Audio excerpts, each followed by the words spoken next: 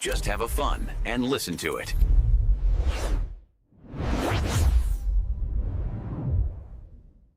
안녕하세요. 여러분의 이야기 창고 스토리 라디오 스테이션입니다. 네, 안녕하세요. 저는 덱스터고요. 저는 클레어입니다. 본격적인 이야기를 시작하기 전에요. 저희 채널 구독과 좋아요, 또 알림 설정 꼭 좀 부탁드립니다. 저에겐 정말 큰 힘이 되거든요. 네, 꼭 부탁드립니다. 자, 오늘 저희가 다룰 주제는요. 아마 요즘 뉴스에서 정말 많이 들어보셨을 거예요. 바로 SMR, 소형 모듈 원자로입니다. 아, SMR 정말 뜨거운 주제죠. 네, 이게 뭐 기존의 그런 큰 원자력 발전소랑은 다르게 훨씬 안전하다 이런 말도 있고요. 네, 심지어 친환경 에너지다 뭐 이런 얘기까지 나오니까요. 그렇죠. 그래서 도대체 이 SMR이 뭔지, 정말 미래 에너지의 대안이 될 수 있을지 네, 오늘 한번 제대로 파헤쳐보려고 합니다. 네, 좋습니다. 아마 여러분도 SMR이라는 단어 한 번쯤은 들어보셨을 텐데요.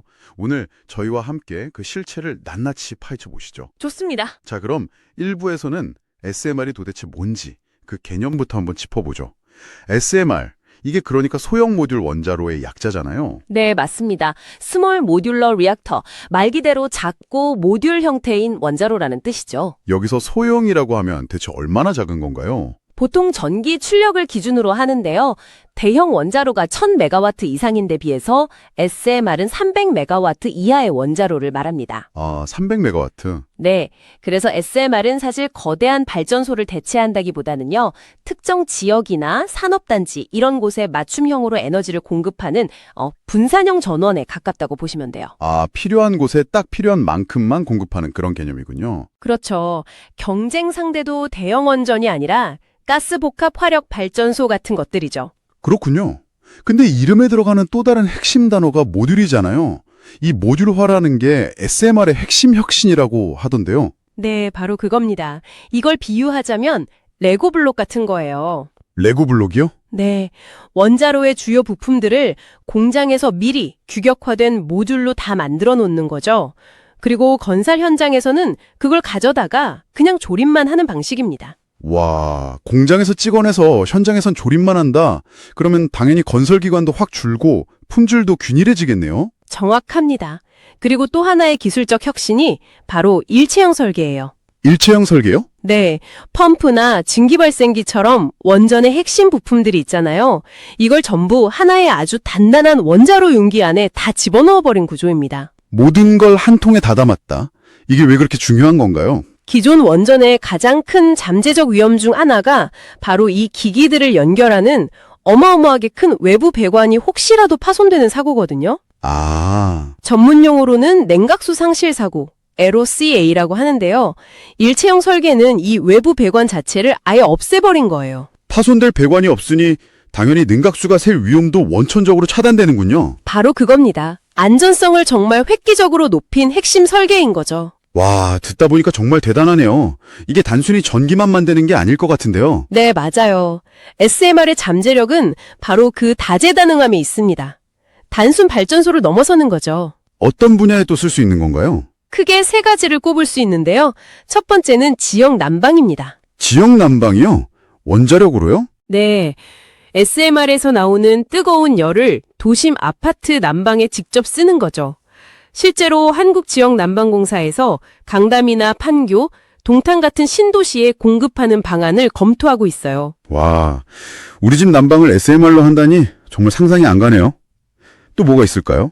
두 번째는 해수 담수화입니다. 전기도 만들고 동시에 물 부족 국가에 꼭 필요한 담수, 그러니까 마실 수 있는 물을 생산하는 거죠. 아, 일석이조네요. 그렇죠. 우리나라가 개발한 스마트 원자로가 바로 이 기능이 특징입니다. 그리고 마지막 세 번째는 산업 공정열 공급이에요. 산업 공정열. 조금 어려운데요? 수소를 생산하거나 석유화학 공장을 돌릴 때 보면 굉장히 뜨거운 열이 필요하거든요. 지금까지는 이걸 화석연료를 태워서 만들었는데 SMR이 그 열을 아주 깨끗하게 공급해 줄 수 있는 거죠. 아, 산업 분야의 탈탄소에도 핵심적인 역할을 할 수 있다는 거군요. 맞습니다. 그럼 우리나라의 SMR 개발은 지금 어느 정도 수준인가요? 아까 스마트 원자로를 잠깐 말씀하셨는데요. 네. 사실 우리나라가 SMR 분야에서 꽤 앞서 나가고 있어요. 말씀드린 스마트 원자로는 2012년에 세계 최초로 표준 설계 인가까지 받은 검증된 모델이고요. 이쪽 12년이요? 생각보다 훨씬 오래됐네요. 네. 그리고 지금은 정부와 민간이 힘을 합쳐서 ISMR이라고 혁신형 SMR을 개발하고 있습니다. 이게 이제 차세대 주력 모델이 되는 거죠. ISMR. 목표가 언제쯤인가요? 2028년까지 인허가를 받고 2034년에 상업운전을 시작하는 게 목표입니다. 2034년. 얼마 안 남았네요. 네.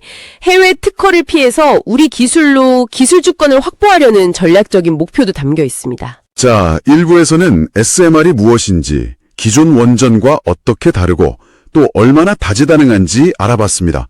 공장에서 찍어내는 작은 원자로라니 정말 흥미롭죠?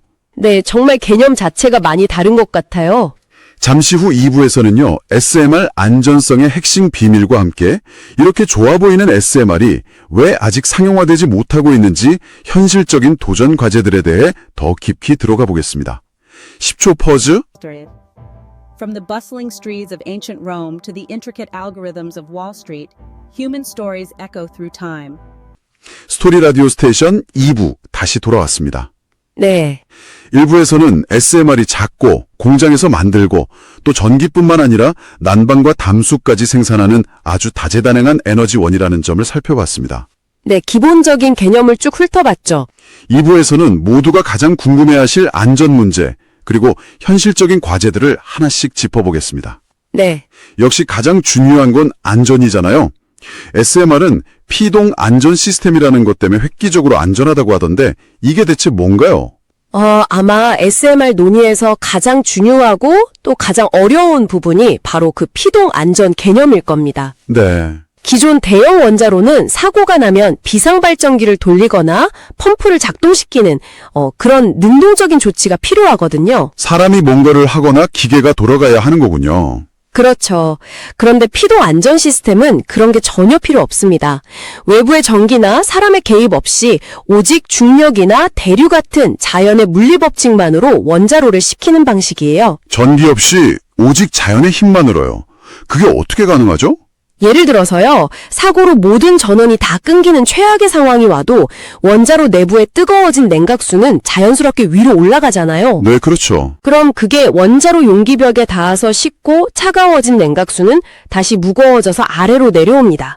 이 순환이 저절로 계속 반복되는 거예요. 아, 그냥 자연현상으로 계속 냉각이 이루어지는 거군요. 맞습니다.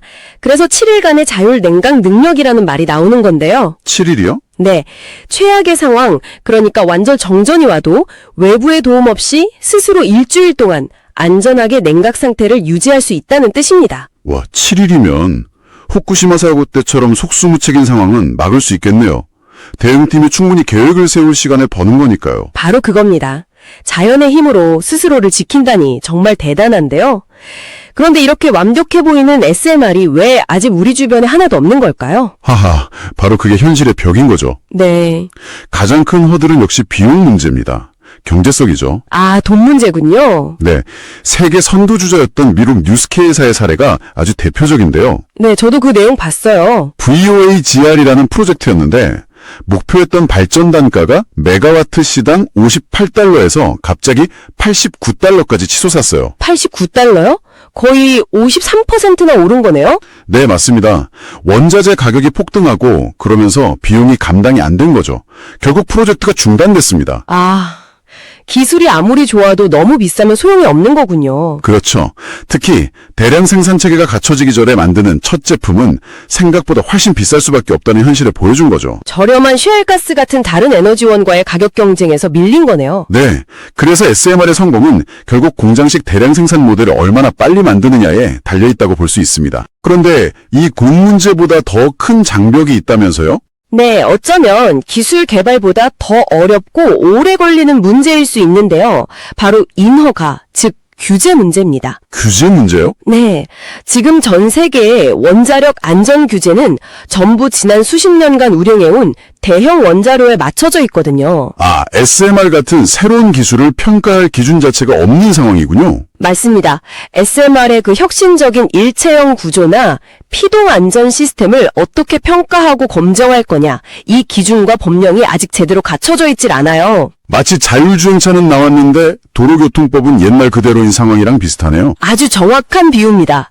그래서 전문가들이 기술 개발보다 이 규제의 불확실성을 더 큰 위험 요소로 꼽는 겁니다. 그럼 우리나라 ISMR의 2034년 상용화 목표도 결국 이 규제 문제를 얼마나 빨리 푸느냐에 달려있겠네요. 그게 가장 큰 관건이라고 할 수 있죠. 그리고 물론 SMR도 해결하지 못하는 원자력의 근본적인 숙제도 여전히 남아있고요. 네, 바로 사용 후 핵연료, 즉 방사성 폐기물 문제입니다. 그렇죠. SMR도 결국은 핵 폐기물을 배출하고요. 이걸 어떻게 안전하게 최종 처리할 것인가는 여전히 풀어야 할 숙제입니다. 오히려 원자로가 여러 곳에 분산되면 핵물질 운송이나 관리, 이런 보안 문제가 더 복잡해질 수도 있겠어요. 네, 그런 우려도 분명히 있습니다. 자, 오늘 SMR에 대한 궁금증 많이 풀리셨나요?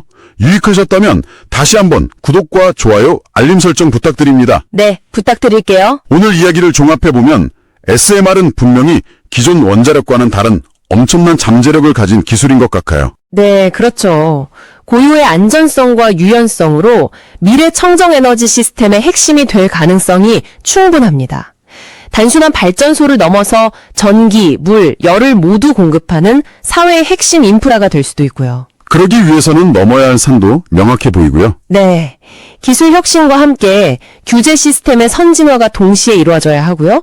또 초기 비용 문제를 극복하기 위한 공장 기반의 대량 생산체계 구축도 필수적입니다. 결국 기술의 문제를 넘어서 경제, 정치, 사회의 문제로 이어지는군요. 그리고 이 모든 논의는 마지막에 아주 근본적인 질문 하나를 우리에게 던집니다. 어떤 질문이죠? 만약 SMR이 정말 상용화돼서 우리 도시 근처에 지역 난방을 공급하게 된다면 우리는 기술적으로 가능한가? 이 질문을 넘어서 우리 동네에 두는 것을 원하는가라는 질문에 답해야 할지 모릅니다. 이건 원자력 에너지를 먼 곳의 거대한 시설이 아니라 우리 생활권의 일부로 받아들이는 인식의 대전환을 요구하는 거거든요. 과연 우리는 어떤 선택을 하게 될까요? 흥미로운 질문을 남겨주셨네요. 여러분도 한번 생각해 보시면 좋겠습니다. 지금까지 여러분의 이야기 창고 스토리 라디오 스테이션의 덱스터 클레어였습니다. 다음 주에 더 재미있는 이야기로 찾아뵙겠습니다. 감사합니다. 감사합니다.